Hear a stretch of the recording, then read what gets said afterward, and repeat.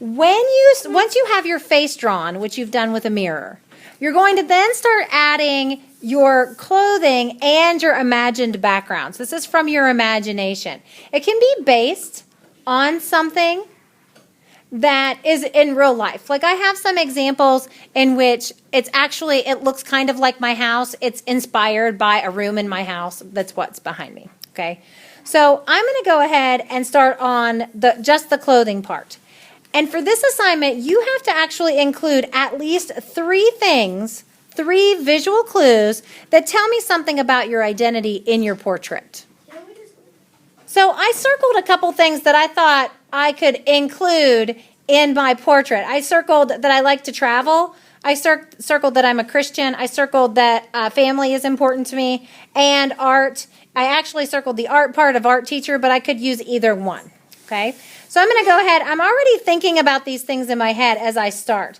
So I'm going to go ahead. I just usually like to draw what I'm wearing today, unless there's some other reason that I shouldn't.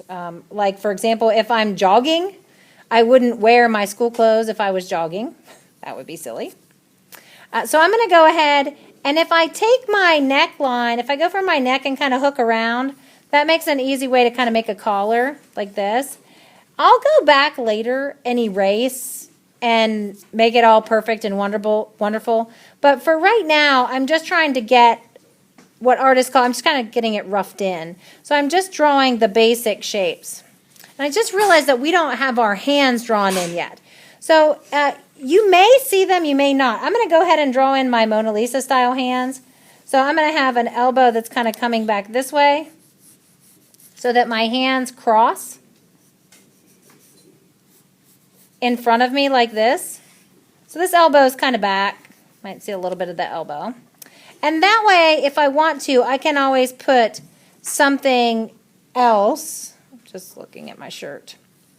I can put something else in my hand. One of my favorite things to do is to show that I love art by holding something that is artistic.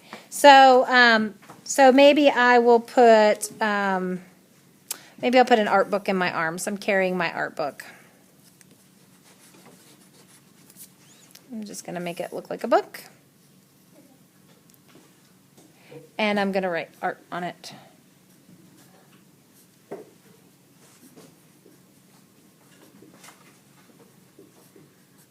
And I can add stripes, I can add flowers, I can add any details. But right now I only have one clue in my portrait about myself, okay?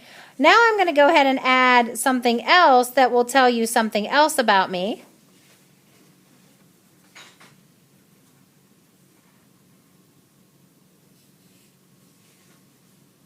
What do you think it means?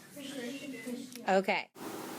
Once you have the Mrs. A okay on your background and checking for your 3 identity visual clues, you can go ahead and start outlining in Sharpie.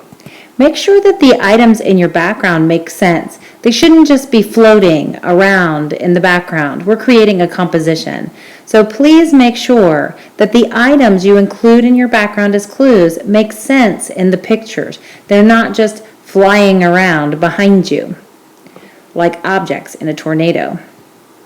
You may use both the fine tip Sharpie, which is the bigger, and the ultra fine tip Sharpie to outline your image. Some items like necklaces, eyes, or teeny tiny cats need a small Sharpie. Erase all your old pencil line before you start in color, and again, get the teacher's okay before you go on to crayon. When you're using the crayons, take your time and stay in the same direction so that it has a nice, neat appearance. I sometimes stroke in an oval shape so that I don't really have any directional lines unless I want them, like for hair. If you're making a wall, keep your lines vertical, even if you have to turn your paper to do it. If you're making a floor, color in a horizontal pattern. These will help make your image a high quality image and make a beautiful final product.